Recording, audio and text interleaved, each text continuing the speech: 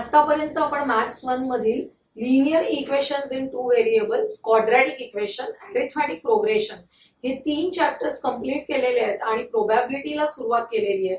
आतापर्यंत झालेल्या सर्व व्हिडिओच्या लिंक आजच्या या व्हिडिओच्या डिस्क्रिप्शन मध्ये दिलेल्या आहेत. आज आपण प्रोबॅबिलिटी ऑफ एन इव्हेंट या नवीन कन्सेप्टला सुरुवात करूया. बघा, आपण रॅन्डम एक्सपेरिमेंट साठी कोणत्याही सॅम्पल स्पेस कसा लिहायचा तो बघितलेला आहे. त्यानंतर त्या सॅम्पल स्पेस मध्ये विशिष्ट कंडिशन्स दिलेले इव्हेंट दिले असतील तर ते इव्हेंट सेटच्या फॉर्मॅटमध्ये कसे लिहायचे तेही आपण बघितलेले आहेत. आज आपण प्रोबॅबिलिटी बघणार आहोत. तर प्रोबॅबिलिटी म्हणजे काय आहे, तर कोणत्याही एक्सपेक्टेड इव्हेंटची पॉसिबिलिटी, कोणत्याही एक्सपेक्टेड इव्हेंटची पॉसिबिलिटी जर आपण नंबरच्या फॉर्म मध्ये एक्सप्रेस केली, expressed in terms of number, then it is called the probability. बघा, when probability of an expected event is expressed in number, it is called probability. It is expressed as a fraction or percentage by using the formula. Fraction or percentage. बघा, 1/2 हा fraction आहे. एखाद्या इव्हेंटची probability half आहे. For example, आपण जे म्हणतो की अ coin is tossed. Coin toss केल्यावर काय होणार आहे, आयदर हेड और टेल. दोनच गोष्टी आहेत. म्हणजे out of 2 1 outcome is always there.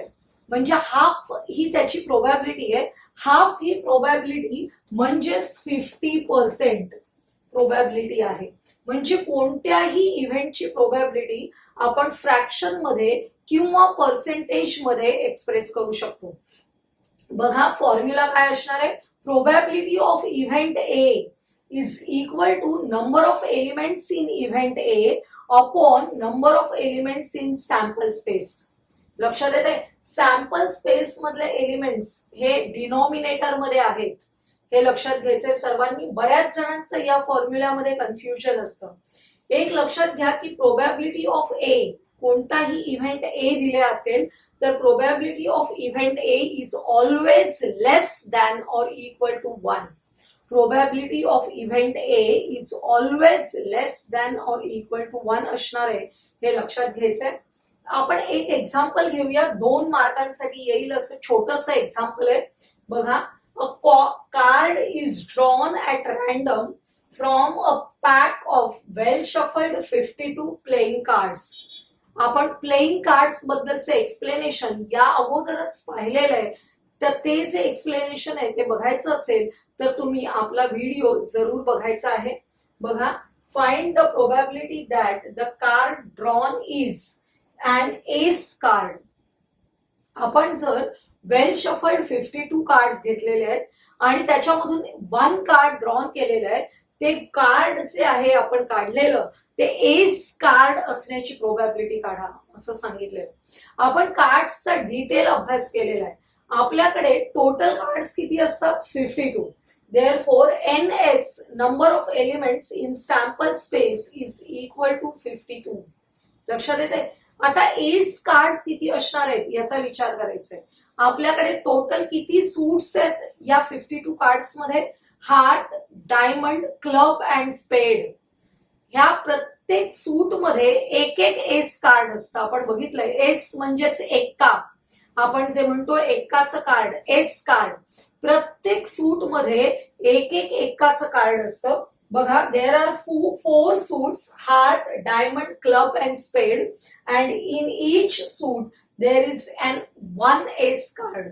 म्हणजे आपल्याकडे टोटल 52 कार्ड्स मध्ये एस कार्ड्स किती असणार आहेत, ओनली 4 एस कार्ड्स. याचाच अर्थ number of elements in event A is equal to 4. आता आपल्याला प्रोबॅबिलिटी काढायची आहे. Probability of event A is equal to NA upon NS. NA ची व्हॅल्यू आहे 4, NS ची व्हॅल्यू आहे 52. रिड्यूस फॉर्म मध्ये आपल्याला ऑलवेज हा फ्रॅक्शन लिहायचंय. न्यूमरेटर आणि डिनॉमिनेटरला 4 ने डिवाइड करा, आपल्याला मिळेल 1/13. ही प्रोबॅबिलिटी झाली कशाची, for the event that the card drawn is an ace card. बघा, परीक्षेमध्ये हे अँड एस कार्डच्या ऐवजी वेगवेगळ्या कंडिशन्स येऊ शकतात. तुम्हाला आलं की face card, card drawn is a face card. आपण बघितलेलं आहे प्रत्येक सूट मध्ये किती फेस कार्ड्स असतात. हार्ट मध्ये किती फेस कार्ड्स असतात? 3. कोणते? King, queen and jack. परत पुढचा डायमंड मध्ये 3, क्लब मध्ये 3 आणि स्पेड मध्ये 3. आपल्याकडे 4 सूट्स आहेत, प्रत्येकामध्ये 3 फेस कार्ड्स असतात.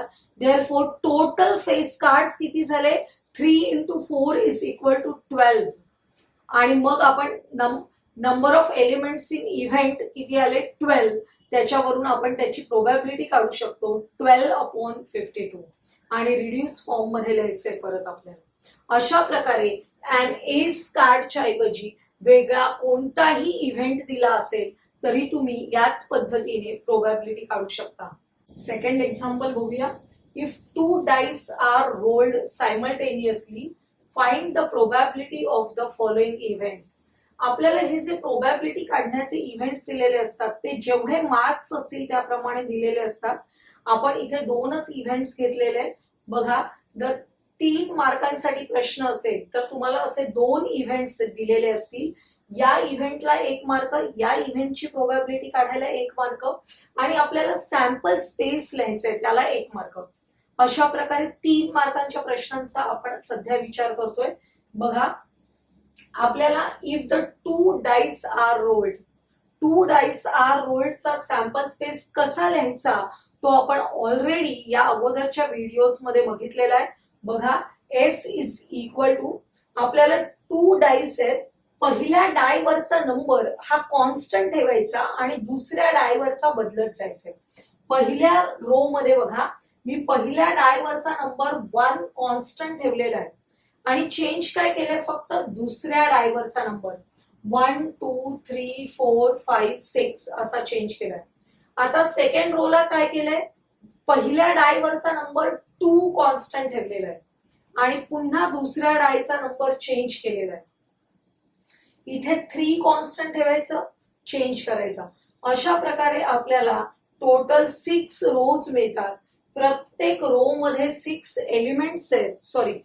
प्रत्येक रो मध्ये 6 एलिमेंट्स आहेत म्हणजे टोटल एलिमेंट्स किती झाले? 36. त्यामुळे number of elements in sample space = 36.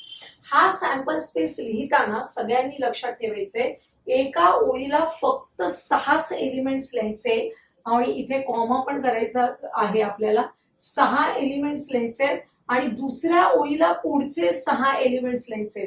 असे आपण जेव्हा लिहितो तेव्हा आपलं कन्फ्युजन होत नाही आणि आपल्याला दिलेल्या कंडिशन्स प्रमाणे सॅम्पल पॉइंट शोधणं पण सोपं जातं. बघा, पहिली कंडिशन काय आहे? Event A, the sum of the digits on the upper faces is at least 10. Upper फेसवर येणारे जे 2 डिजिट्स आहेत, पहिल्या डायवरचा डिजिट, दुसऱ्या डायवरचा डिजिट, यांची सम ऍडिशन कशी पाहिजे? ॲटलिस्ट 10, कमीत कमी 10. बघा, आपल्याकडे सगळ्यात मोठ्यात मोठा सॅम्पल पॉइंट आहे 6 म्हणजे sum of the digits on the upper faces maximum किती आहे? 6 + 6 12. लक्षात येते? म्हणजे जेव्हा ॲटलिस्ट 10 असं दिलेलं असतं तेव्हा आपल्याला 10 ला घ्यायचंच आहे. कमीत कमी 10 असले पाहिजेत आणि ग्रेटर दॅन 10 किती असणार आहेत? 11 or 12. 12 पर्यंत मॅक्झिमम असणार आहे कारण आपला सगळ्यात मोठा सॅम्पल पॉइंट आहे 6, त्याची सम आहे 12. त्यामुळे आपल्याला असे सॅम्पल पॉइंट शोधायचे आहेत की ज्यातल्या या 2 नंबर्सची ऍडिशन किती असली पाहिजे? 10, 11 or 12 असली पाहिजे. बघा, या पहिल्या रांगांमध्ये 3, इथे 3 + 6 सर्वात मोठा सॅम्पल पॉइंट आहे, तिथे 9 ऍडिशन होते. आपल्याला 10 हवी आहे. या पहिल्या 3 रोज आपल्याला सोडूनच द्यावे लागणार आहेत. इकडे बघा 4, 6 सगळ्यात पहिला एलिमेंट आपल्याला मिळतो जिथे 4 + 6 किती होतात? 10. आता आपल्याला या रांगेमध्ये बघायचंय कुठे 10 ऍडिशन होते. 5 + 5 किती होतात? 10. 5 + 6 11. या खालच्या ओळीमध्ये 6 प्लस 4 10, 6 प्लस 5 11 आणि 6 प्लस 6 12. म्हणजे एवढेच सॅम्पल पॉइंट्स असे आहेत की जे ही कंडिशन सॅटिस्फाय करतात. त्यामुळे आपल्याला इव्हेंट ए मध्ये हे सगळे मी अंडरलाईन केलेले 6 सॅम्पल पॉइंट लिहून घ्यायचे. Therefore NA is equal to किती झालेले आहेत 6. आता आपल्याला प्रोबॅबिलिटी ऑफ इव्हेंट ए काढायची आहे. Probability of event A is equal to NA upon NS. NA ची व्हॅल्यू आहे 6, NS आहे 32, 6. देअरफॉर रिड्यूस फॉर्म मध्ये करायचंय. न्यूमरेटर डिनॉमिनेटरला 6 ने डिवाइड करा, आपल्याला फ्रॅक्शन मिळेल 1/6. बघा सेकंड इव्हेंट काय आहे. The sum of the digits on the upper faces is 33. आपण इथेच बघितलं की sum of the digits on the upper faces maximum किती आहे 6 प्लस 6 12. मग 33 असू शकते का? असा एकतरी सॅम्पल पॉइंट आपल्याला मिळणार आहे का? नाही. याचा अर्थ number of elements for event B is equal to 0. त्यामुळे काय लिहायचंय बघा. The sum of the digits on the upper face is maximum 12. Therefore, B is an empty set. एकही एलिमेंट नसेल तर त्या सेटला काय म्हणतो आपण? Empty set. तो empty दाखवायचंय. NB is equal to 0. Therefore, probability of B is equal to NB upon NS. आणि NB ची व्हॅल्यू 0 आहे. 0 upon 36 is equal to 0. या टाइपच्या 2 डाइस आर रोल्डच्या एक्झाम्पल्स मध्ये इथे वेगवेगळ्या कंडिशन्स असू शकतात. इथे जसं लिहिलेलं आहे की sum of the digits on the upper faces, त्याच्या ऐवजी इथे सम ऑफ द डिजिट्स ऐवजी प्रॉडक्ट ऑफ द डिजिट्स पण असू शकतं. लक्षात येते. जी कंडिशन दिली असेल त्याप्रमाणे आपण या सॅम्पल स्पेस मध्ये योग्य ते पॉइंट्स सिलेक्ट करायचे आहेत. आपण थर्ड एक्झाम्पल बघूया. A box contains 5 red, 8 blue and 3 green pens. Rutuja wants to pick a pen at random. What is the probability that the pen is blue? बघा या टाइपचे कलर्स असलेले एक्झाम्पल्स बरेच येतात. इथे पेन दिलेले आहे, कधी बलून्सचं एक्झाम्पल येतं, काही येऊ शकतं वेगवेगळे. अशा वेळी आपल्याला ह्याचे 5 रेड, 8 ब्ल्यू, 3 ग्रीन असे जे कलर्स दिलेले आहेत त्याच्यासाठी असलेले लेटर्स हे आपल्याला लिहावे लागतात. काय करायचं बघा. सोल्युशन. सपोज किती आपल्याकडे रेड पेन आहेत 5. रेड साठी अक्षर वापरायचं आपण कॅपिटल R आणि 5 आहेत त्यामुळे R1, R2, R3, R4, R5 असे 5 पेन घ्यायचे. बघा suppose R1, R2, R3, R4, R5 are 5 red pens and नंतर किती आहेत 8 ब्ल्यू. ब्ल्यू साठी कॅपिटल B अक्षर घ्यायचं आणि B1, B2, B3, B4, B5, B6, B7, B8 are 8 blue pens. आता 3 ग्रीन. ग्रीन साठी कॅपिटल G अक्षर वापरूया आपण. 3 आहेत त्यामुळे G1, G2, G3 are 3 green pens. आपल्याला सगळ्या पेन्स साठी आपण लेटर्स घेतलेले आहेत. आता आपल्याला टोटल सॅम्पल स्पेस लिहायचंय. या सॅम्पल स्पेस मध्ये रेड, ब्ल्यू अँड ग्रीन सगळे एकत्र लिहायचे बरोबर. आणि आपले सगळे एकत्र केले हे 5 रेड आहेत, त्यानंतरचे ब्ल्यू आहेत किती 8 आणि पुढचे 3 ग्रीन आहेत. म्हणजे 5 अधिक 8 किती झाले 13. 13 अधिक 3 16. त्यामुळे NS is equal to 16. Number of elements in sample space is equal to 16. आता आपल्याकडे इव्हेंट काय बघा. Find what is the probability that the pen is blue. आपण ती जी रॅन्डमली एक पेन पिक करणार आहे तो कोणता असणार आहे ब्ल्यू. त्याची प्रोबॅबिलिटी काढायची आहे. Let A be the event that Rutuja picks a blue pen. मग आता आपल्याकडे ब्ल्यू पेन किती आहेत 8 ब्ल्यू पेन्स आहेत. यातले फक्त ब्ल्यू पेन्स आपल्याला सॅम्पल स्पेस मधले फक्त ब्ल्यू पेन्स या इव्हेंट ए मध्ये लिहायचे आहेत. त्यामुळे इव्हेंट ए मध्ये आपण B1, B2, B3, B4, B5, B6, B7, B8 हे सगळे 8 ब्ल्यू पेन्स या कॉमन सेपरेट करून कर्ली ब्रॅकेट्स मध्ये लिहिलेले आहेत इव्हेंट ए मध्ये. म्हणजे number of elements in A is equal to काय झाले 8. आता आपल्याला प्रोबॅबिलिटी काढायची आहे. Probability of A is equal to NA upon NS. Number of elements in event A किती आहेत 8 आणि सॅम्पल स्पेस मध्ये असलेले टोटल इव्हेंट्स नंबर किती आहे NS इज इक्वल टू 16. त्यामुळे 8 अपॉन 16. न्यूमरेटर डिनॉमिनेटरला 8 ने डिवाइड करा, आपल्याला फ्रॅक्शन मिळणार आहे 1/2. ऑलवेज प्रोबॅबिलिटी रिड्यूस फॉर्म मध्येच लिहायची आपल्याला, लक्षात ठेवा. त्यामुळे रिड्यूस फॉर्म मध्ये करता येते का हे प्रत्येक वेळी आपण चेक करायचंय. त्यामुळे आन्सर येईल the probability that Rutuja picks a blue pen is half. Half म्हणजेच पर्सेंटेज मध्ये किती झाले 50%. बरोबर. अशा प्रकारचे एक्झाम्पल तुम्हाला 2 मार्कांसाठी पण येऊ शकतं. अतिशय सोपं एक्झाम्पल आहे. आणि इथे पेन्स आहेत, त्याच्याऐवजी तुम्हाला वेगळं काहीही आलं तरी करण्याची पद्धत ही आपलीही याच पद्धतीने असणार आहे. 4th एक्झाम्पल घेऊया आपण.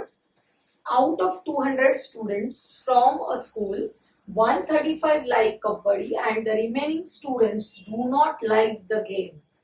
If one student is selected at random from all the students, find the probability that the student selected doesn't like kabaddi. असा हा वर्ड प्रॉब्लेम आहे. अशा टाईपचा प्रॉब्लेम आतापर्यंत आपण बघितला नाहीये या चॅप्टर मध्ये. याच्यामध्ये लिहायचं कसं हे फार महत्वाचं असतं. मुलांना उत्तर लगेच काढता येतं, पण आपल्याला लिहायचंय 2 ते 3 मार्कांसाठी असे प्रश्न येतात तेव्हा आपल्याला डिस्क्रिप्शन लिहायचंय. त्यामुळे बघा टोटल नंबर ऑफ स्टुडंट्स किती दिलेले आहेत 200. There are 200 students. Therefore NS is equal to 200. आता आपल्याला 135 students like kabaddi. Therefore 200 minus 135 that is equal to 65 students do not like kabaddi.